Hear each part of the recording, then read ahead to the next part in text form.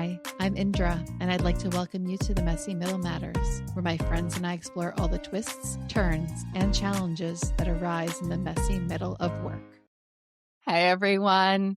Today we have a really, really good topic. At least I'm going to enjoy it, and I really hope you're going to enjoy it too. It's around lessons learned when you're scaling organizations, which is kind of one of my favorite things to do for lots of reasons, because you can learn so much through that process. But so for today, I have somebody who's done this, and I would call we could call you a messy middle master, Derek Kastner. Hey, I might throw on I got a Messy Middle Masters logo that I put on for some of these. So I think I'm going to pop that on for this one so everyone can check that out.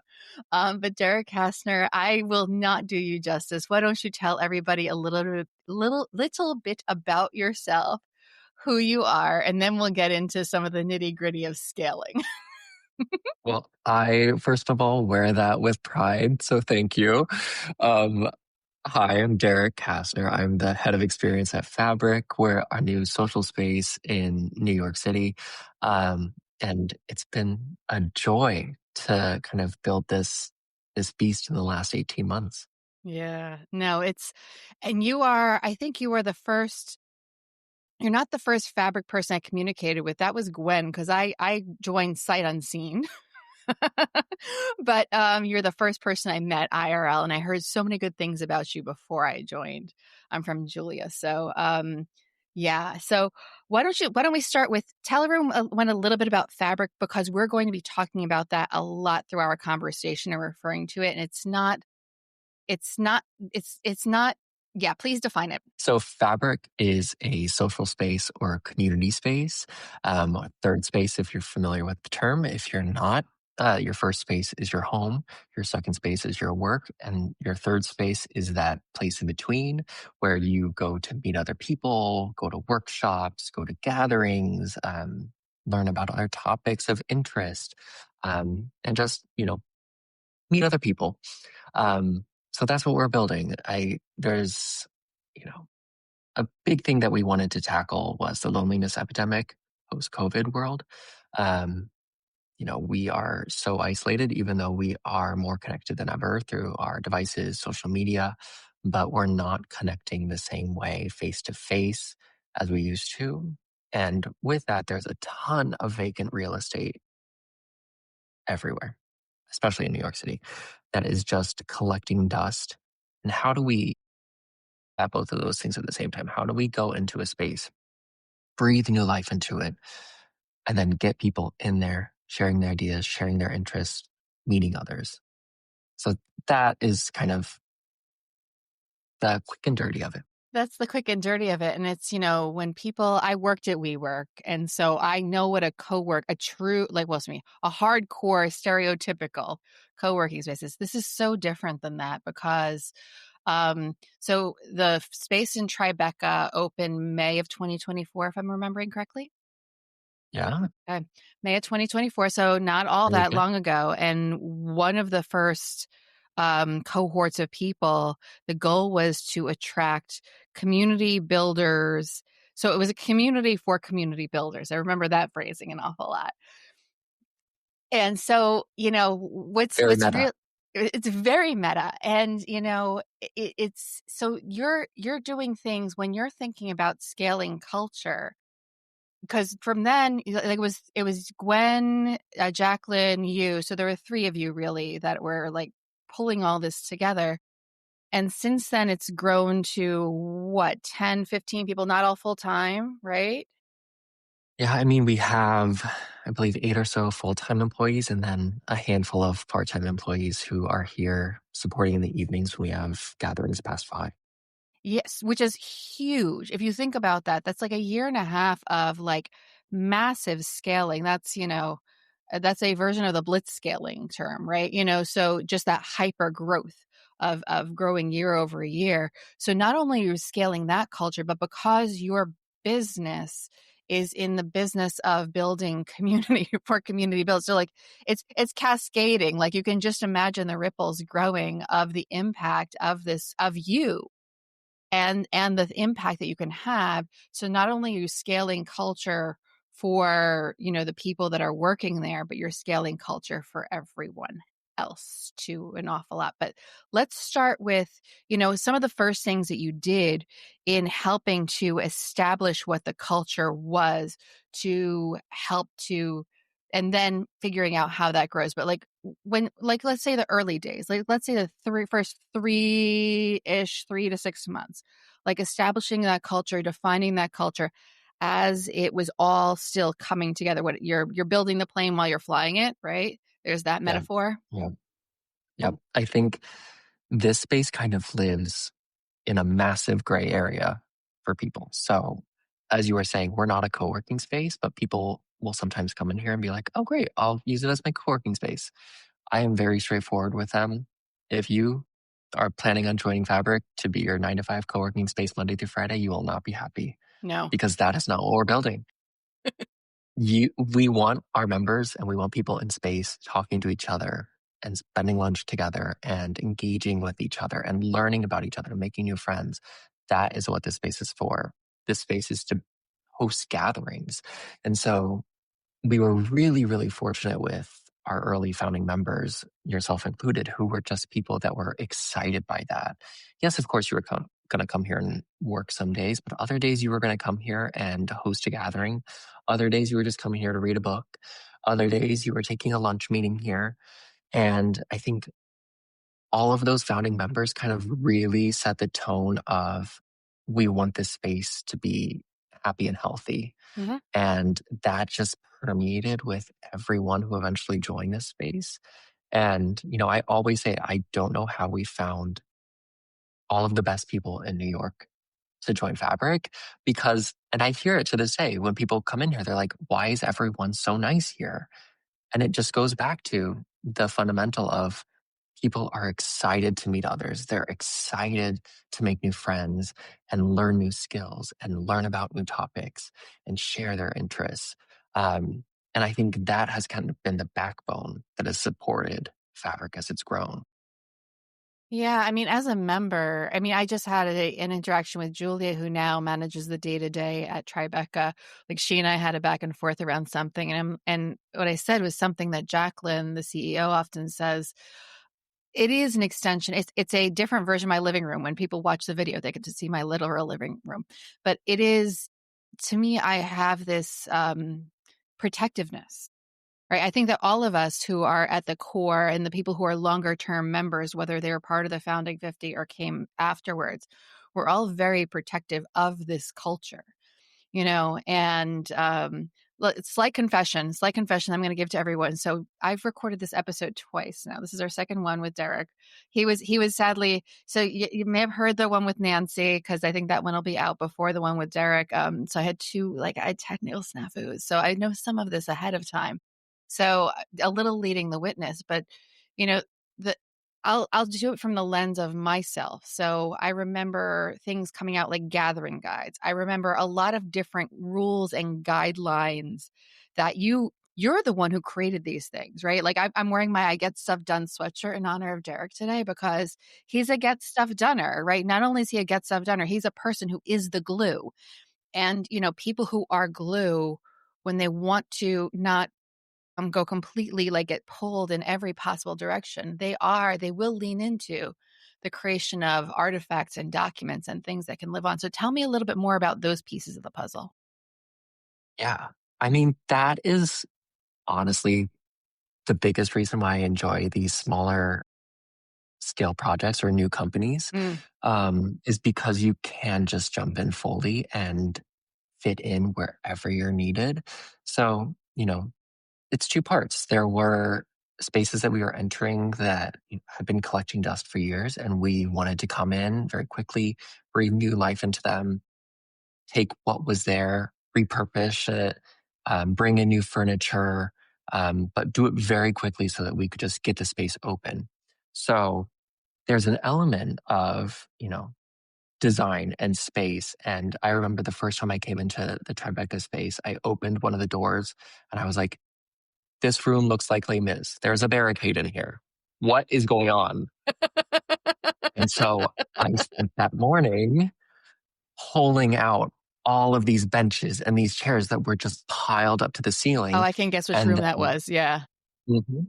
And right behind it was a recording booth. And I went, did anyone know that we had a recording booth in here? And nope, but we rolled with it. Earlier this week, I was in Dumbo hanging sound panels Mm, because we wanted to kind of dampen the sound and make it a little more cozy. You know, there's an ability to dive in and kind of create the space that you want to build and the yeah. space that you want to create. Um, but with that, you have to be very adamant about kind of the rules and the regulations of the space itself. So, like you said, we built a gathering guide that was best practices on how to host in space. Some people who are coming in here have hosted all over the city, do it Hmm. nightly, and they can come in somewhere and they do it like the back of their hand. Sugary And and then at the end of the DK. night, yep, they are good and they head on to the next thing and they're pros. There are other people who are just starting out, and that's like who we wanted to be mindful of too. We want to support those people who are just starting out. So that guide was built so that those people had a resource to go from 0 to 100. And we have our member guide, which is kind of how are you using the space, our terms and conditions. Internally, I built our Fabrik wiki. So that's our just internal resource of information, training guides, policies for internal staff. Um, all of that is changing every single day and sometimes changing drastically week over week. But that's also the exciting part, is you set it and then you can quickly play and then see what works. If something's not working, completely pivot and try something else out. But you're writing it down, and there are so many. So you hit on a whole bunch of different things, but because in startup life is not for everyone, and there's different stages of the startup, right? I'm good at startup life from like a B2C round of funding, at least maturity wise, for whatever that means. I can go into that in another episode, and I'll probably drop something into the glossary so people know a little bit about that. But like no matter what stage you are in a startup or an early stage organization or early stage team, even within an enterprise, like sometimes people are so focused on like, I need to hustle, right? Borrowing my WeWork terminology, which drives me crazy, but it is a good word. Sometimes you're so busy trying to get the thing done that you don't take the time to write it down, but there's so much value in writing it down as you go, because a bunch of things like folklore, because too many startups focus on folklore. Like just everything is word of mouth. Everything is word of mouth. And that doesn't allow for the consistency. But what I've found in at least the documents that I've been privy to is it's a good set of guardrails, right? So that person who has done it a gazillion times, I'll choose Ruthie this time, right? Who's done it a gazillion times, if she decides that and she's not this kind of person, but she wants to do something completely wacky, she can look at it and be like, okay, that's outside of the guardrails. I'm not going to go that route. That's not going to fit here, right? But if you are that new person, you have that guardrail to hold on to, right? And it's just it's a beautiful way of blending, like supporting that spectrum of experience. Yeah. And I've worked in companies before where I've had to build them after the fact. And it is so much harder because then you're racking your brain of what are those small details that I know I'm missing, but I can't think of them in this moment. Or where were we 6 months ago? Can I go back to where we were 6 months ago and have a reference point of what was working and what we changed and why we changed it? Playing catch up is not a game I want to play. So, when I first joined Fabrik before we even opened this space, I knew from the get go, everything had to be written down. Yeah. Everything had to be put on paper. It didn't matter if it was changing in 5 days. I Yeah. had to know where we were at that moment so that we could build to the next. It's because the brain can trick itself, right? If you don't write it down. And like you're just saying, it gives you it's so funny. earlier this week, I don't know why I started actually I do know. I started digging for old resumes. So I went to my Yahoo email. I'm like, I typed in the word resume. I'm like, how far back can I go? Found something with my most recent job starting in 2002. I was like, and what I did with this is I took my resume and I fed it into Chat GPT, who knows me pretty well. I'm like, hey, old resume. Any thoughts on the person I was and where I am now? And gave me a lovely thing. I don't want to digress into that too far, but like without that, but the same thing with your documentation. That's why I'm bringing it up. When you have that reference point of the thing that you did, you can actually see how far you've come, which is pretty remarkable. Like what you've done in the time in this year and a half ish, right? It's a little bit more than that, but like it's the better part of 2 years is a phrase I learned. Like I'm going to introduce. You've done so much, and you can see exactly how far you've grown, which is kudos to you. Kudos to you, because not only are you scaling, so you've gone from one location in Tribeca, there's another location in Dumbo. There are team members who are like, this is an IRL space, but some of the team members are distributed for very strategic reasons, right? How have you, let's talk a little bit about onboarding those new people and getting them, not the perfect word, but indoctrinated or, introduced into, it sounds so heavy. It sounds like, oh, I can't think of another one off the top of my head, but tell me more about that. I I've done a lot of onboarding in Yes. my very short career Yes. and a lot when it comes to training and development. And I always go back to it requires a steady hand and a lot of very intentional one-on-one time, which Talk in a more about startup that. that can be a little difficult because, you're juggling X amount of projects at all times and you're trying to finish and build and do the next thing so you can get to Yeah. the next phase. How do you split your time so you can just shut your computer and be really intentionally one on one with one person to make sure that they are up to speed on something that is moving at light speed? But that kind of goes back to the principles of Fabric Yeah. of how are you engaging with the people that are directly in front of you face to face. It takes time. It takes a lot of effort. It takes being really intentional and understanding who someone is, what their quirks are, how their brain works, where they want to go in their career, what they bring to the table, what areas are areas that they might struggle in, or what are the areas that they don't feel as confident in. How do you take all of that and navigate each of those points for each specific person so Yeah. that they feel ready and aligned and ready to go? That takes time. It does take time. Like the spectrum of thoughts that I have right now. So there are far too many organizations that don't do a great job of onboarding folks, right? They're like, there's the wiki. Read the wiki, and it says everything. Okay. Everyone has different learning styles, which you're very conscious of from the answer that you just gave or the explanation you just gave.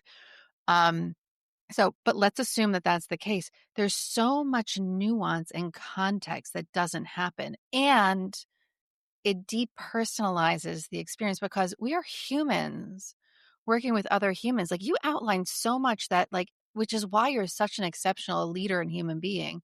Like you want to see the person for who they are. You want to understand their wants, needs and desires. You want to support them. You want to figure out how they can best align with Fabric's mission and its work so that like all boats can float. So like that is so the first time that you and I are supposed to do something together. So we've talked about the second time I was supposed to do something together and technology got in the way. But the first time that we got life's lifing got in the way, you were going to be a panel member on for discussing the glue work, right? Your answer just now just demonstrated why you are such good glue because you're paying attention to all of those things. And not everyone has the facility to do all of that, but they should be able to do some of it, do the things that are available to them.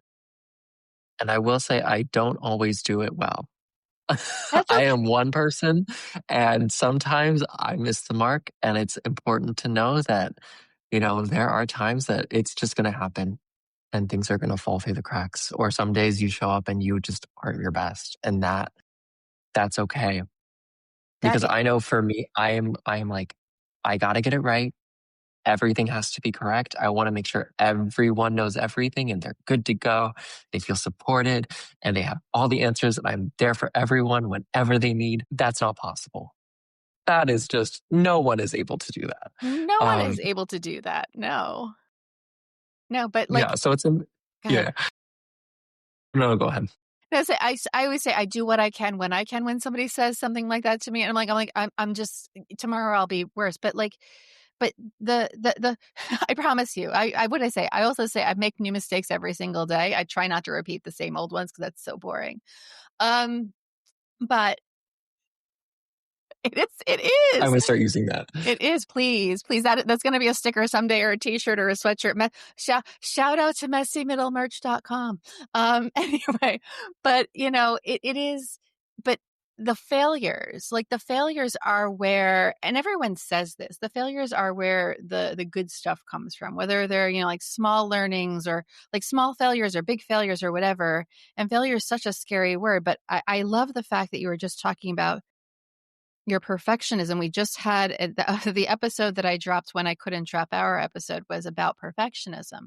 It is something that is so indoctrinated into us from grade school. Like you got to get it perfect. You got to have the 100. You have to fill in the way that we filled in the dots on those Scantron sheets, right? Mhm. Like had to be perfect, right? We practice everything to be perfect. Like, but you just talked about like, can you touch a little bit on your journey of like the failed perfectionism, or letting go of that perfectionism? Like what's worked, what hasn't?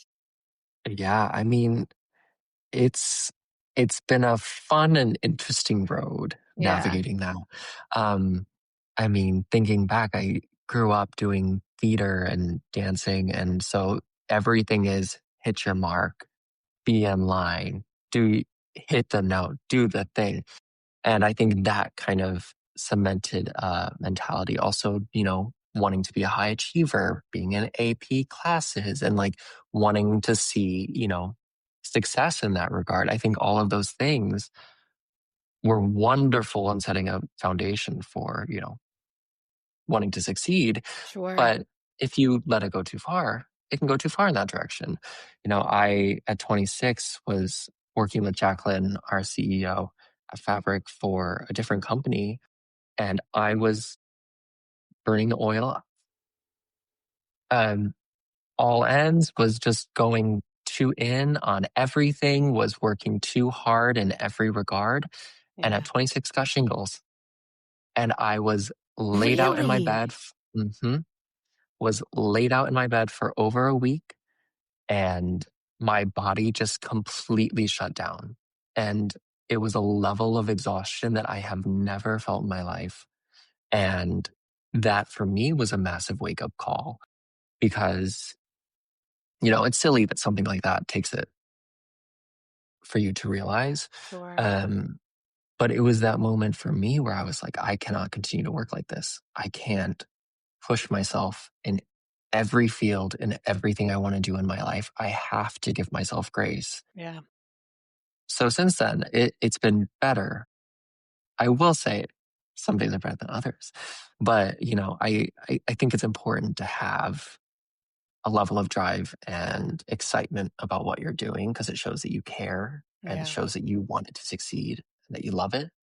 But yeah, something to always navigate. Yeah, I mean, I think it's just like everything else in life, the terminology that's helped, well, let me rewind, Indra. The terminology that's helped me later in my life than in, let's say, my early years has been thinking of life as a practice, thinking of life as a series of experiments. And that's helped me exercise my letting go muscle in all forums, forums, formats, whatever. It's hard. It's hard. So, and I think that that's probably, I imagine that's resonant for most everyone because our listenership tends to be doers. Like they are the get stuff doners. They are the people who are, just they are the people who are the glue, and we tend to put ourselves later on the list than everything else and everyone else. So, yeah. So we've covered an awful lot of territory. Is there anything that you would love to add to the story, share, or if there's something that's a bit of inspiration that's or a touchstone for you that you use as you're working through a lot of the things around scaling or lessons learned? I mean, the invitation is open. Yeah, I think the biggest thing that I've learned and something that I always keep in the back of my mind is don't be afraid to try because the worst thing that happens is that it doesn't work and you pivot. Yeah. And we pivoted many times in our 18 months. We Yeah. recently just changed what our memberships look like. You know, that is a pinnacle of what Fabrik is and kind of a cornerstone of what this company is. Yeah. And we changed it. Um, and it's okay. That you'll test things, they'll work. That's great. You'll test things, they'll be fine. You can make them better. You'll test things, they'll fail. Yeah. All learnings. Don't be afraid of it. Yeah. I think the willingness to let go of something that you worked so hard towards. I think what was Jacqueline's post? I don't know if it was Jacqueline or Gwen. It was like, guess what? We make the rules. We get to change the rules, right? You get to change something. Hmm. You don't want to be willy nilly, right? Because when you're doing the type of work that you do, and I do, you don't want to. You don't want to flit and fleet, like that drives people crazy, and that does not create the confidence for people to lead you and trust you. And you are somebody who I truly trust. I truly trust in a really deep way, but you are able to make that change. Can you talk a little bit about, there was the big town hall and communicating with members on change, but can you talk a little bit about when you're onboarding somebody new who to this organization who's trying really, really hard, and like the playbook was, X, and today it's X plus one, and they're like, like helping them navigate the change. Can you talk a little bit about Yeah, I think it comes back to tone. that? Hmm. If your tone in regard to what's changing is, you know, exasperated, overwhelmed, Mm. stressed, that's going to be their reaction. But if you enter the conversation with, things have changed, this is why, it's all good, how do you feel? Let's move on. It relieves the stress because everyone is resistant to change. You know, Humans don't we're like all it. creatures of habit. Yeah. Yeah, no one does. Um, Working for early stage companies has forced me to embrace change Yeah. more than I, previously did. But still, it's a hard thing to accept that things are going to change and that they're not going to stay consistent. So I think entering those conversations with the understanding that it might be a little difficult, it might be a little creaky, it might Sure. be, not something you want to hear, but ultimately it's okay and that it's serving the better good or a better purpose. That's the focus. And I think that only works, or excuse me, it works as well as it does for you because you lay that foundation of that groundwork early in the relationship. You build trust early on. That does it. And you understand and you recognize the fact that the time investment in helping that person navigate that change is going to pay dividends in the long run. It keeps them from spiraling. It gets them on track. It gets things moving forward much more quickly than if you hadn't taken the time to talk. Yeah. And I want to hire for the long term. I want people who are here that are learning the ropes, that are learning the Yeah. day to day operations, that are excited by it. And then we get to pull on their special skills or their area of expertise and really funnel them into something specific. That's the goal with anyone that you hire in an early stage company is that they get brought on, they get excited, and then they can bring their specialty to the table and you get to highlight it. And I then they're there forever and they're supporting you in the long term. But, that's the goal. I love that. I feel like we have another episode on identifying the right talent for you, or maybe a panel discussion on it or whatever, because that's a whole Pandora's box that I could totally like. I'm so tempted to jump right into it because I'd like, oh, because it is hard, and it also speaks to something that I've been working on. Again, I think this is a different conversation, but to how do you pull talent along as how do you help the talent evolve as the organization evolves? Because what you needed 12 months ago is not what you need now. And how do you help them grow with it? Different topic. If you're interested, maybe we can do a topic on that somewhere in some format. Always. But Derek, Always. you are one of the first people when I was floating the idea of the podcast who said to me, you asked me, how long are your episodes? And I said, 30 minutes. He goes, thank goodness. And then the other thing that you said to me is you jump right in. You don't tell me about, your coffee. I know my audience. We don't have the time. Like, not that we're not interested in hearing about someone's coffee, but that's more of a one-on-one conversation than everybody in the world wanting to know. And so with that in mind, I just want to thank you. I want to thank you for this rich, rich, rich conversation. I want to thank you for helping me learn from my mistakes of my technology snafus and for being so supportive of me in general in life. You are an amazing human being. I'm tremendously grateful to have you here. I'm going to drop a bunch of notes. I'm going to make sure your LinkedIn profile and everything is in there. And if you want to drop anything else in the show notes. But thank you. Thank you. I know that our listeners are going to get something really good out of this. And I hope that they join us next time when we cover another topic from the messy middle. Bye, everyone. Bye.